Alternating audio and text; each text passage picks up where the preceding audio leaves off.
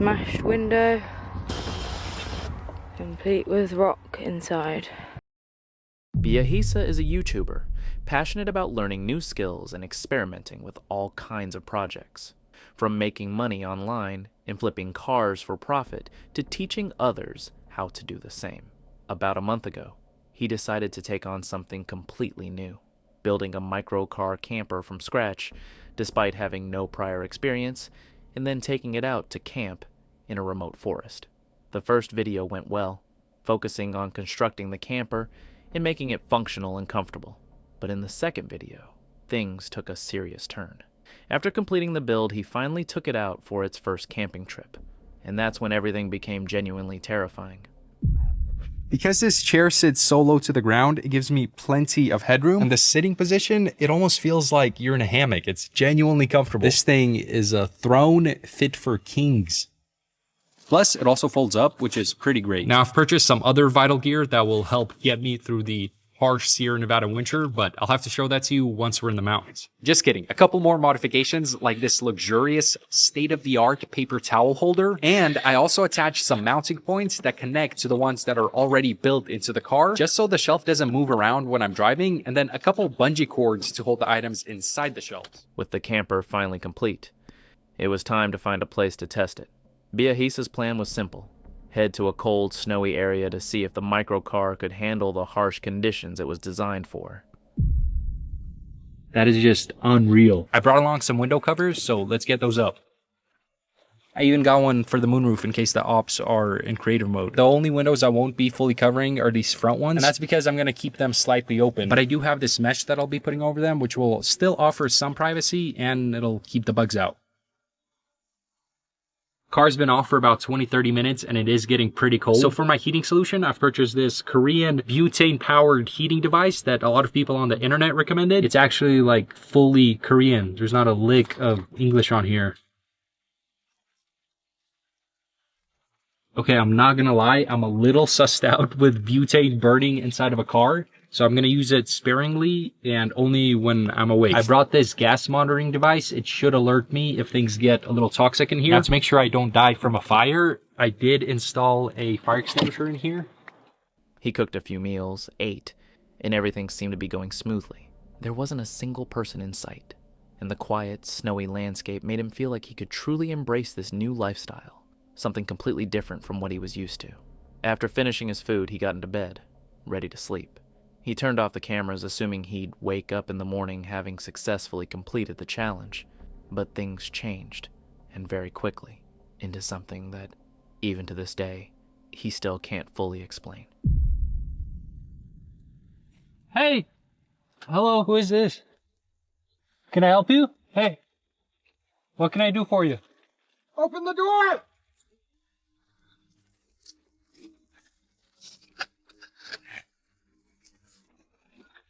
How may I help you?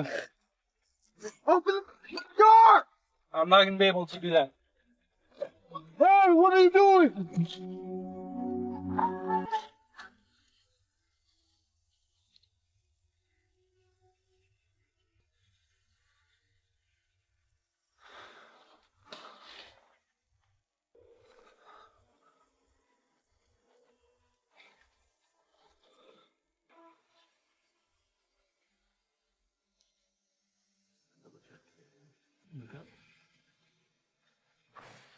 It's been like 2 weeks since this happened and my heart rate still goes through the roof anytime I watch this back.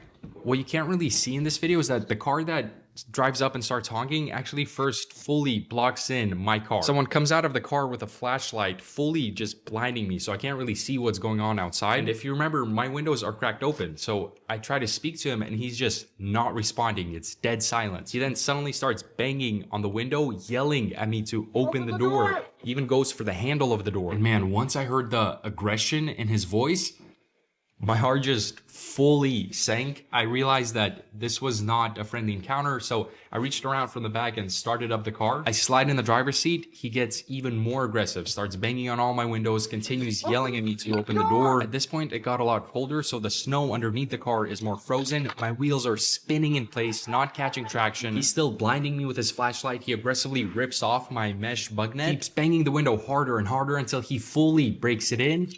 And I'm showered with shards of glass in my face. And praise the Lord Almighty, right at this point, my wheels catch traction and there's just enough of an angle there where I can squeeze past his car, get around him, and get myself out of there. You can see my left eye rapidly blinking here. It was blurry the entire way home, and after getting it checked out, it appears that some of the glass had scratched through my eyeball. I've been going through treatment for that, and I can now see more clearly, which is pretty great. Now, I have no idea what this guy's intentions could have been.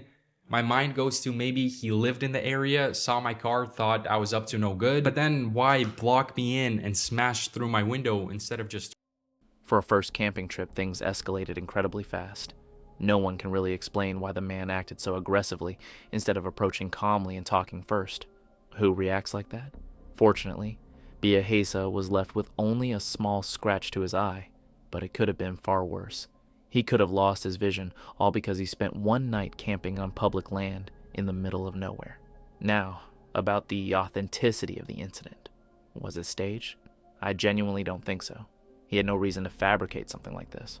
His channel consistently pulls in millions of views, so risking his reputation for a single dramatic moment wouldn't make sense, and I seriously doubt he'd injure his own eye just to sell a story. Anyone who's followed his content for a while will likely understand why I say that. I also see comments from people who've camped for decades and never experienced anything unsettling, and that's great. But that doesn't mean it can't happen. Just because something hasn't happened to you doesn't mean it won't. Look at Beahisa. It happened on his very first trip. Experience matters. Knowing how to pick a good spot, read your surroundings, and avoid risky areas can make a huge difference. Sometimes that awareness is the very thing that prevents a situation from turning into something far worse. Jordan and Lee are a couple who believe life is too short to live by society's rules. Their channel focuses on embracing each day, reconnecting with nature, and finding freedom through slow travel and adventure. They often explore new locations and use drones to capture the landscapes for their audience. But in this particular video, things took a strange turn. After camping in Utah for a few days, they were preparing to launch their drone for the usual aerial shots when they were suddenly approached by someone or something extremely unusual. Hello. Hey, is that your drone? It is. Sitting right over my camp? Oh. It's over here. I see a over there. A minute ago it was over my camp. It literally hasn't gone past my head. Bullshit. It literally hasn't. Bullshit. I can show you my videos. Listen, that's Sir. where I'm saying. Don't fly your drone over You my think I camp. care about your camp more than these mountains? You want me to kick your Is that it? Is that the best result? Is that the way you want to go? I mean, Go that way. I don't bro, have a no problem one's with it. trying to We'll look put the into your drone away. camp. We'll put the drone away. I'm just trying to get these mountains. That's the answer. That's not Okay. the answer. I'm gonna get Hey, shots. You put the drone over my camper, I'm gonna kick your That's fine. Look, the drone will not go beyond this fan. It has not a minute ago. Well, if it did, I apologize. But You off. I'm gonna kick your so you get it Okay. over there again. yeah, You understand? sure. I Good. understand. You had the right answer. Sorry about that. We'll put the. I'm He's not just putting trying to get the mountain. I'm just trying to get the mountains. I have nothing The to do with mountain's this. over there. Yes, look, You just had it over my camp. because I'm shooting going towards the I mountains. don't care what you're Going shooting. towards the mountain. We'll put Don't it put the drone over my camp. You understand? We won't put the drone over your. Just stop talking Do to you him. Stop understand? talking to him. Sir, I told you You're it not won't. gonna wipe your I up said off it won't go there. past the van. I Do said, it again, Sure, and I'll you up. sure. It You won't wanna go do past. the mountain? Do the mountain. It won't go past the van. I already said that. Good answer, I said that before. dude. I'll shoot the drone out of the air, and I'll kick the out of your Sure, ass. sure. I won't bring it towards your van. Good idea. Yes. You just put the drone away. I'm not putting the drone away. I'm getting my shot like I was in the first place. Excuse me. Sir, just go You back wanna to your... talk about some more? I said I'm not putting the drone away like she said because I'm going to get my shot. And then I'll put the drone away. But he's not gonna go over your. I'm not going to your RV, dude. You already were. I'm about to kick anyways. I can literally show you the videos I I'm about took. to you up anyways. Okay. So knock it Okay, off. we're done. We're done. Don't put it over my Sure, camp. I already said that. That's all you have to. That's fine. Then shut the up, dude. You're still here. I am. Babe, stop. And you're about to get ready to get in trouble. You just put the drone away. It's not worth it. Dude, just go away. No, you just watch yourself. Bro, I'm not flying it over. That's enough. Shut your You're mouth. talking to me. I am. Okay, we're done then. We're done. That's enough. I won't fly it near your RV, like I said before. You- Okay? Deal? Is this your place? Yes. Okay. Good to know. The man approached the couple with an air of authority, as if the campsite, and even the air above it, belonged to him. Sure, it's reasonable not to want a drone flying over your vehicle, but couldn't he have just asked politely? Instead, he launched into a tirade, dropping the F word repeatedly and acting like the drone was a direct threat. Jordan repeatedly assured him the drone wouldn't go over his van, but the man only escalated, threatening to beat him and destroy the equipment. What could have been a simple conversation turned tense in seconds, and it was understandable that Jordan got frustrated. Eventually the man left, but he left his camper behind, which immediately made the couple suspicious. They worried he might return with others. Playing it safe, Jordan and Lee packed up and left, avoiding any potential confrontation before it could get worse. On February 11th, 2021, the Arnold Outdoors channel documented a chilling incident that highlights the harsh realities of backcountry camping. It serves as a reminder that, at times, the greatest dangers don't come from nature, but from other people. The group's journey started like any other, venturing deep into the snowy wilderness outside Bend, Oregon, navigating remote forest roads in search of a secluded campsite. We're going up in elevation, slightly. It's getting a wee more snowy. It's not too cold though. Could be worse. Yep. More chilly than what we're usually up in. Oh yeah. For sure. This is freaking beautiful out here though.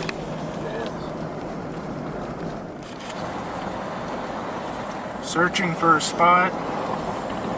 There's people up here. Well, there's a spot there that had a fire pit. Yeah, that's the one we said. It's sucked. kind of too close, yeah. Too close to this guy because he's right up here. Yeah. So we'll see if, when we passed, he was just sitting there. So we'll see if he's setting up camp or if he left. Yeah. That's the big if. And if he left, that's home sweet home for the night, most likely. And if he stayed, then there's another spot back down towards China Yeah. that we're going to stay at. Because I feel that's far enough away to Yeah. feel safe. For me. Yeah. Still trying to find a spot. We found another little off-road, offshoot road. Try to see what this little sign is down here. What is that? I gotta zoom in on it with the camera to see what it is. OHV only, I think.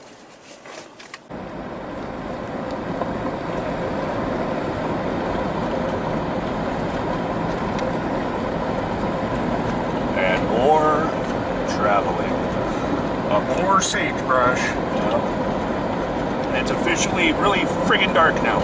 Yeah. So, we're in the middle of flipping nowhere. You can't even see nothing. You can see the glow of Bend, I think, I back don't that think way. it comes through on the camera, but over there you can see the glow of Bend. Yeah. And over there you can see one lone little, or Yeah. two actually. Yeah, you can't That see looks shit. like fire to me. Yeah. Maybe a fire 2 or Possibly. 3 miles off and another little light way off. But yeah, there, we're not going to know what this place even looks like till tomorrow, so.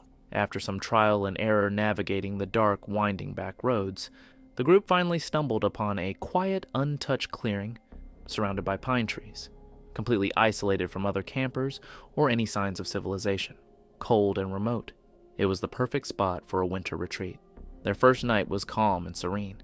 They set up camp, built a fire, and prepared to enjoy the solitude. Temperatures had plunged well below freezing, but they were well prepared with insulated shelters, warm bedding, and backup gear. They laughed about the cold, cooked their meals, and settled in under the starry sky. Yet, around 11:30 p.m., everything took a sudden, unsettling turn. Yeah. Hot pockets, hot hands. Hot hands, hot pockets. Don't need them. Put them in the foot of your sleeping bag. Put them in all your pockets. Put them everywhere. Sleep with one on your neck, on your jugular. Yep. Keep that blood nice and warm. For real, these things are lifesavers. Oh, yeah, I keep mine on my neck. That's nice. Oh yeah. But beds are made, and we're chilling. And it started snowing a little bit, actually.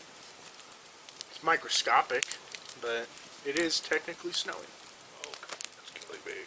We won't give you our exact coordinates, but we're about 17 miles from Bend, about 7 miles from Paulina Lake. And just with those two descriptions, if you drew a couple of circles, you could probably pinpoint our location. If you have the time. But that's roughly where we are. Out in the middle of nowhere. Yeah, kinda. You hear that? Yeah, what the fuck was that? A gunshot? Gunshot or a vehicle? Vehicle. Or Bigfoot's fucking screaming.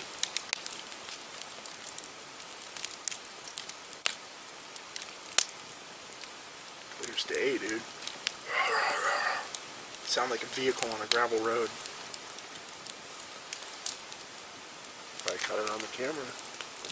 Hopefully that was freaky sounding. Ears up, yeah. Twice, loud as hell. Almost sound like gunshots. It did almost sound like gunshots echoing. But there's lots of people out here. Definitely a gunshot. Close. Really close. Like within a mile.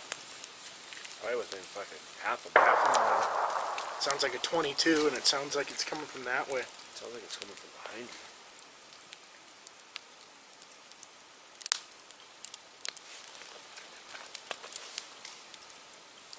It's 11:30. Someone must be going to bed. Shooting guns off before they go to bed or something. Scare all the coyotes off.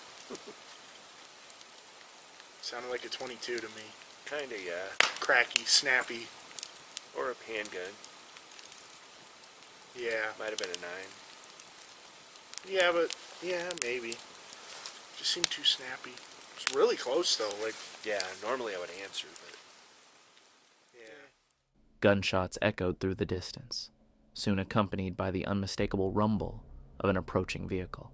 At first, it was impossible to tell whether the shots were just recreational target practice or a sign of something more dangerous. But as the vehicle drew nearer, the tension intensified, and it became clear the situation was escalating. One shot, so they can't pinpoint us, but they know we're here. You know what I mean? I'll shoot Maggie. Oh, you got an extra round? Don't shoot I have one extra silver tip. No, don't do that. Vehicle. It sounds like they're moving. Let's turn that off. Yeah, go. Yeah. You want to You get got it? it. You can do it. Yeah, it sounded like a vehicle to me.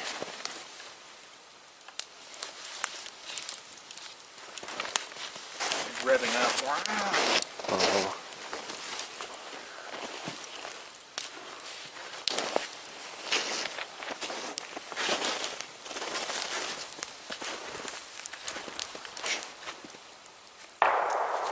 They're right fucking there, dude. They're like driving around shooting. Hooting and hollering and shooting. It's teenagers hooting and hollering. Kill the lights. They might shoot at us. Kill it and get low. For real.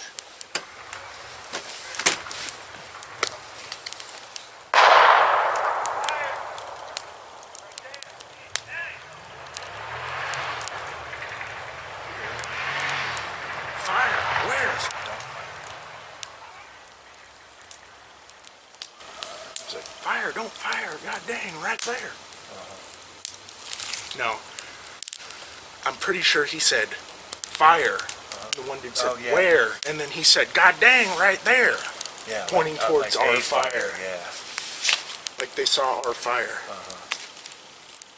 Is the camera still rolling? Oh, fuck yeah. The truck appeared on a nearby road with its lights off, and those inside began firing randomly into the surrounding forest. Laughter and shouting echoed through the trees. Their reckless behavior was made all the more dangerous by the campers' visible fire. At one point, voices suggested the group in the vehicle had noticed the fire and were talking about it, raising the terrifying possibility that the shooting could turn toward the campers, either intentionally or by accident. The campers quickly extinguished their lights and hunkered down, unsure if they'd been targeted or simply stumbled upon by people with no regard for anyone's safety. The gunfire continued for several minutes before the truck finally sped off, leaving only silence and the faint echo of its engine. Shaken but unharmed, the campers weighed their options and decided against pursuing or investigating the vehicle. They understood that confronting such unpredictable behavior could have been deadly. The rest of the night was spent on high alert. The isolation that had drawn them to the site now felt like a liability. Without cell service or nearby neighbors, there was no immediate way to call for help if things had gone wrong. The vulnerability of their situation was undeniable. Early the next morning, high winds struck, collapsing their pop-up shelter. The structure was lifted and thrown several feet, forcing the group to scramble outside in freezing temperatures to secure their gear. Already rattled, the chaos added another layer of stress to an outing that had become dangerously unpredictable. Though the group escaped without physical harm, the encounter could have ended very differently if luck hadn't been on their side. What do you make of this experience? As always, I'll let you draw your own conclusions. Novus Wildcamper is a YouTuber who loves camping so much that his entire channel revolves around it, along with reviewing outdoor gear to help viewers decide what's truly worth buying. He approaches it with such genuine passion that watching his videos is always a pleasure. He frequently heads out on overnight trips, filming the entire experience, and over time this has led to a few strange and genuinely bizarre moments. In this particular video, he chose to camp in the Peak District, picking a spot that offered an absolutely incredible view. So I'm out again, last camp of 2021, and for a change, somewhere different. So I'm at the Peak District. Been working up this way, so thought I'd take the opportunity to come and sneak out into Mesna country. Did a request on Facebook for places to go, so I've picked out somewhere which Dan Jones sent me. So thanks Dan, if you're watching. Hopefully it'll be a good one. It's not too far a walk from the car park. Hopefully some good views. It's fairly clear at the moment, if you can see. He eventually reached the spot he had been aiming for and began setting up his tent, all while being treated to one of the most breathtaking sunsets he could have hoped for. The temperature's dropped a bit. There's a bit of a chill. It's not too bad. I'm quite exposed here, but there's no real wind, so should be fine. Got my usual soba noodles for this evening, and my leftover adventure food. I didn't eat it on the last trip. I literally just got up in the morning, had a coffee, packed and went. Speaking of which, whole bag of coffees. That should keep me going. And this time, I remember my JD. So, happy days. Going to enjoy that. Yeah, it's a nice spot. It's a fairly clear night. I'm hoping to try and get a night lapse in. He spent the rest of the night inside his tent, reviewing some gear and cooking a simple meal. As it grew late, he turned off the camera, planning to resume filming in the morning light, and settled in for sleep. But then, something unexpected happened. Right, so I've heard deer, I've heard foxes make some really weird noises at night. But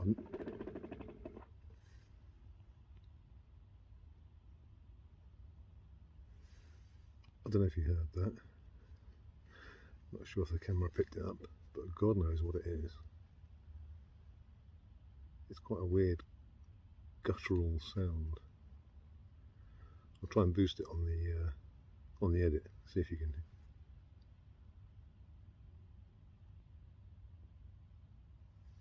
hear it, because that is really weird.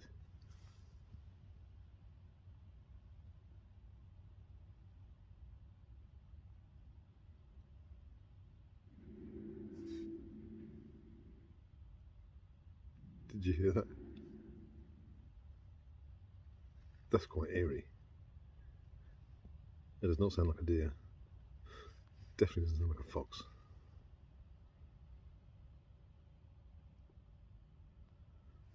Odd. Right, I'm going to zip up and put my earplugs in, I think. Try and get some sleep, and hopefully I'll still be here in the morning. Good night. At first, he thought he was hearing foxes, but then, out of nowhere, a deep growl came from very close to his tent. In that moment, he was confused and on high alert. He couldn't identify the sound and had no idea what kind of animal might be nearby. He stayed vigilant for the rest of the night. Later, he speculated it could have been a bird, though even he wasn't entirely convinced.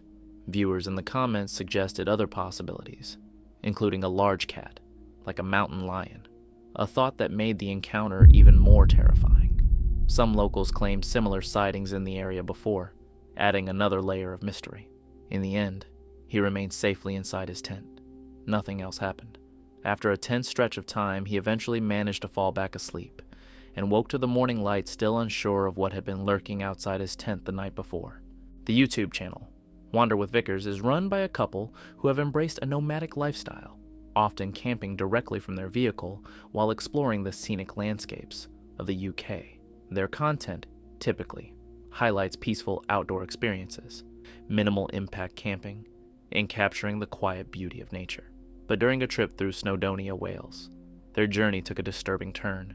7 days into their wild camping adventure, they were searching for a quiet new spot after having just replaced several tires in a nearby town. Using satellite maps and online scouting forums, they discovered a small lake with a narrow access road and simple signage instructing visitors not to block a nearby gate. They followed the rules, parked responsibly, and ensured plenty of clearance. A local passerby even stopped briefly to take photos near their vehicle, giving the impression that the area was commonly used and safe, at least at first glance. Here's where we're leaving the car. Here's where we're going. Tiny little Vic. Look, we found a fake rock. Why are you here, fake rock? Probably covering electrics. Yeah. Needed to know. So here we are at Lynn, Beep, and don't know what this is. They've covered up the car park, which is here. There's no longer access to the world's most perfect car camping or van spot ever. Meanies. But yeah, here's our location. Very flat ground over there. I mean, we might camp there, or we might find some around there. We shall see. Should we ditch the bags? Alright, Ozzy.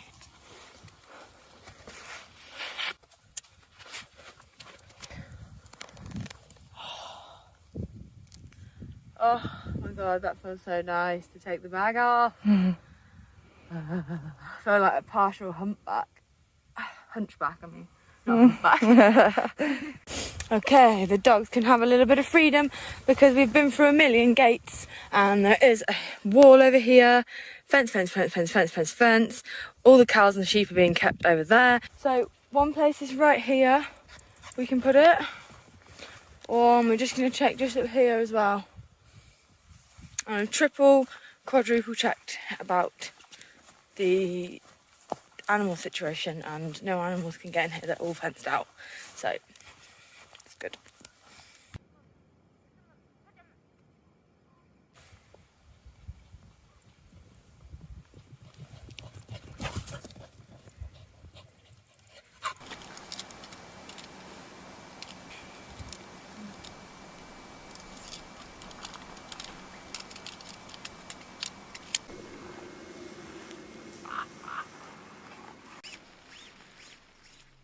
Confident in their choice, they set off into the hills with their dogs and gear, ready to enjoy a peaceful night by the lake.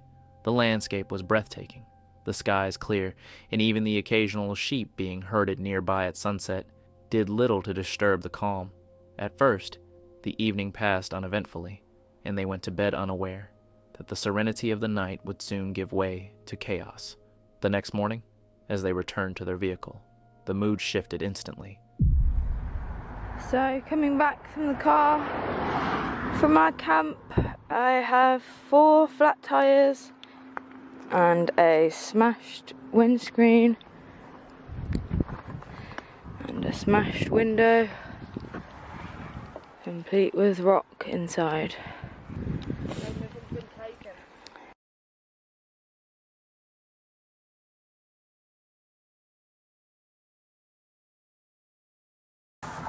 Poor car. Are you still on hold, babe? Yeah. I've been on the phone for 57 minutes. For someone who didn't want us to stay here, they've made us stay here a real long time. Strange. Trying to get rescued from this place. The breakdown people don't cover it. So on the phone with the insurance, and it's looking like it's going to be bye-bye to the car.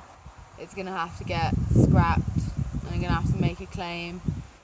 But it's not going to be repairable, apparently, because of the damage. So it's probably going to be bye-bye car. So the farmer's literally killed our car, murdered it. So even yesterday, somebody else was parked just over there, not blocking the gate as well. Another local person walking to the lake. There's no gate access blocked at all. He saw us probably, yesterday when he came in, heard the cheep. I guess really hates wild campers, because it's not like we're in the way of the gate, so what other reason could it be? No, nothing was stolen from the car. Nothing was stolen. So we made a police report, mainly just for the insurance purposes. Not that that's going to help me at all, because apparently because of the age of the car, it's just not economical for them to repair it, so that's it for the car. I guess he wasn't strong enough to smash this one fully. When they returned, they discovered their car had been brutally vandalized. All 4 tires were slashed, the windshield was smashed, and one of the windows had been broken, with a rock left behind as a deliberate mark. The damage was extensive and intentional, not the result of weather, accident, or neglect, but a clear act of aggression. What made it even more unsettling was that nothing had been stolen. Valuable camera gear and personal belongings remained untouched. This wasn't about theft, it was a message. Someone didn't want them camping there. Based on the timing and location, the culprit was likely a nearby landowner or farmer who had seen them walking in the area the night before. With no immediate support, they were stranded. Their insurance company classified it as a fault claim and offered minimal assistance, while their breakdown provider refused help because the vehicle wasn't on a public road. Hours of calls went nowhere. Eventually, with the aid of a local recovery service and a family member who drove out to assist, they managed to remove the car and salvage their belongings. But the camper itself was beyond repair. The damage to the windshield, tires, and windows was so severe that the insurance company decided to scrap it entirely. The experience was a devastating blow. Not only had they lost the vehicle central to their nomadic lifestyle, but they had also been subjected to hostility that can make wild campers feel unwelcome and unsafe. And the fact that it happened in such a remote, peaceful-looking area only highlighted how unpredictable camping can be when tensions over land quietly simmer. Despite the ordeal, they chose to share their story, not to discourage wild camping, but to raise awareness. Their message was clear: always stay cautious, even in seemingly safe locations. Just because a spot looks serene doesn't mean everyone nearby is welcoming, and in some cases, hostility can appear in ways that are aggressive, deliberate, and irreversible. As always, I'll leave it to you to draw your own conclusions about this encounter. On November 4th, 2024, this video was uploaded by a Turkish outdoor channel, known for its peaceful, nature-focused camping trips and survival adventures in remote forests. At first, this trip seemed no different. The group had selected a serene, wooded area for their overnight stay, and the early footage unfolds with the calm, familiar rhythm typical of their videos.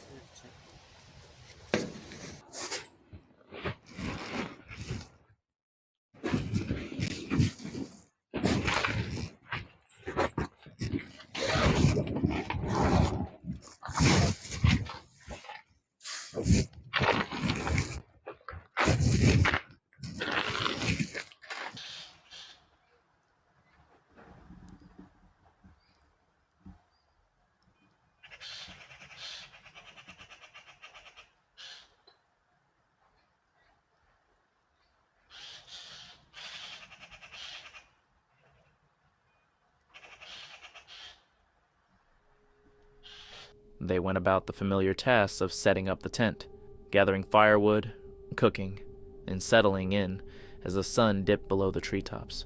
As evening fell, everything seemed serene. The wind was calm, the fire crackled steadily, and the dense canopy above cast long, shifting shadows across the campsite. It was an ordinary trip, until night arrived and the forest began to change. What started as faint, distant noises soon grew more unsettling. Branches snapped in the darkness just beyond the tent. Movement, deliberate and measured, began circling their perimeter. At first, it could have been dismissed as a curious animal, but the pacing didn't stop. Footsteps shifted from one side of the tent to the other, pausing as if listening, then continuing in a slow, methodical rhythm. It quickly became clear this was no ordinary creature. Whatever lurked in the shadows stayed close, just out of sight, yet close enough to make its presence undeniable. The tension mounted further when the tent itself seemed to react to the invisible intruder. Çok ses var Hakan. Ya ne yapacak şimdi? O sesler ne? Köpek öyle mi ses çıkarır? Ya çadırın etrafında. Ya canım bir çıkmayın değilmiş yavaş yavaş. Lambayı da al. Al lambayı şurada. Bakın çok bir şey var orada. Ne yapacak ya? Silah da yok. Kim acaba? Elmarazı kaçtı bak hadi. Isırırsa Ya hadi. köpektir ya. Sessiz ol. Sen de ne kadar böyle soğukkanlısın. Yapma ya. Görmüyor musun? Bir sürü ses var. Allah Allah, bu neydi ya? Korktum ben ya, nasıl yatacağım?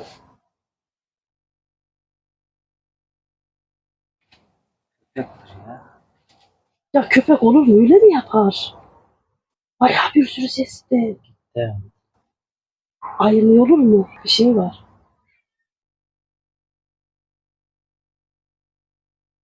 Bak yavaş bir çık da şuradan bak hadi. Başka bir şey. Elinde ışık var işte hadi. Kurtmuşsa. Uzaktan bak, öyle fazla yanaşma. Daha var mı kurt? Ya ne bileyim, kurtulsa kaç içeri. Nasıl kaçacağım kurttan? İyi de hadi içeri gelirse. İçeri giremez. Ne bileyim, yer mermi çadırı.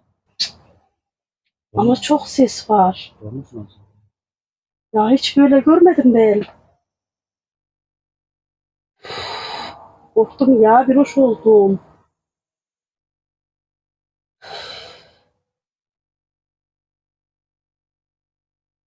Bak daha görüyor musun? Bayağı bir şeyler var.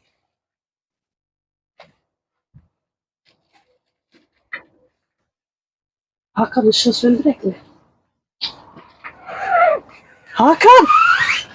Hakan şurada bir şey var. Sus bağırma ses.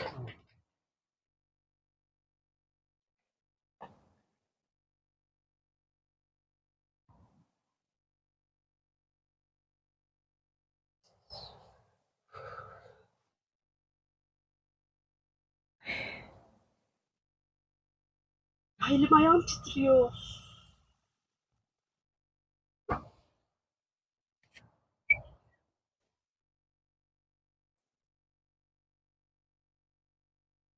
Domuz mu acaba?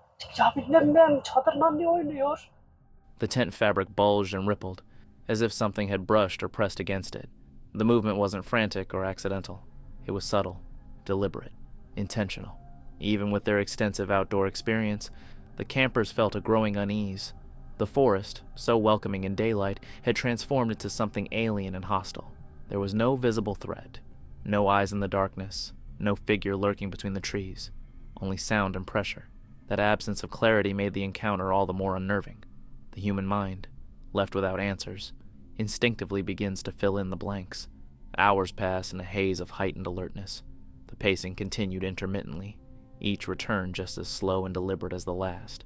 Occasionally, the movement paused entirely, leaving stretches of silence almost more terrifying than the sound itself. Eventually, the footsteps ceased. Whether the visitor had lost interest or was simply observing from deeper in the woods was impossible to know. When daylight returned, the mood shifted, but the unease lingered. They emerged from the tent cautiously, scanning for any clue of what had been there. There were no footprints, no broken branches, nothing to explain the night's events, only an oppressive silence and the chilling sense that they had been watched. It wasn't a violent encounter. Nothing was taken, and no one was harmed. And that's precisely what makes it so disturbing. There was no confrontation, no resolution, just an invisible presence lingering around a thin nylon shelter, patiently waiting and observing.